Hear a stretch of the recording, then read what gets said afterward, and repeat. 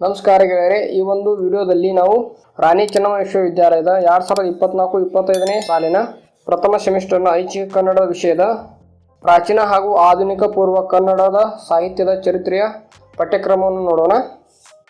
ಪಠ್ಯಕ್ರಮ ಪ್ರಾಚೀನ ಹಾಗೂ ಆಧುನಿಕ ಪೂರ್ವ ಕನ್ನಡ ಸಾಹಿತ್ಯ ಚರಿತ್ರೆ. ಇಲ್ಲಿ ಪಠ್ಯಕ್ರಮವನ್ನು 5 ಘಟಕಗಳಲ್ಲಿ ವಿಭಾಗಿಸಲಾಗಿದೆ. ಘಟಕ 1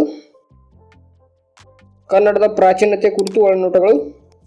ಘಟಕ 2ರಲ್ಲಿ ಪ್ರಾಚೀನ ಹಾಗೂ ಆಧುನಿಕ ಪೂರ್ವದ ಸಾಹಿತ್ಯದ ಪ್ರಕಾರಗಳು, ಸ್ವರೂಪ, ಪ್ರೇರಣೆ, ಧೋರಣೆಗಳು.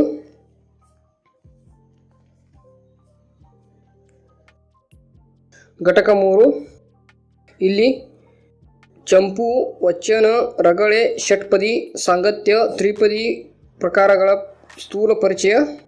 ಘಟಕ 4 ಪ್ರಾಚೀನ ಪ್ರಮುಖ ಕವಿಗಳ ಕೃತಿ ಪ್ರಕಾರಗಳನ್ನು ಸ್ಥೂಲವಾಗಿ ಪರಿಚಯಿಸುವುದು.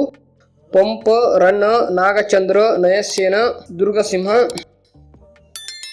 ಘಟಕ 5 ಆಧುನಿಕ ಪೂರ್ವದ ಪ್ರಮುಖ ಕವಿಗಳು ಜನ್ನ, ಅಂಡಯ್ಯ, ಬಸವಣ್ಣ, ಅಲ್ಲಮ, ಅಕ್ಕಮಹಾದೇವಿ, ದಾಸಿಮಯ್ಯ, ಆಯದಕ್ಕಿ ಲಕ್ಕಮ್ಮ, ಸಿದ್ದರಾಮ, ಹರಿಹರ, ರಾಘವಾಂಕ, ರತ್ನಾಕರ ವರ್ಣಿ, ಸರ್ವಜ್ಞ, ಪುರಂದರದಾಸರು, ಕನಕದಾಸರು, ನಿಜಗುಣ ಶಿವಯೋಗಿಗಳು, ಷಡಕ್ಷರಿ, ಶಿಶುನಾಳ ಶರೀಫರು ಹಾಗೂ ಮುದ್ದಣ್ಣ.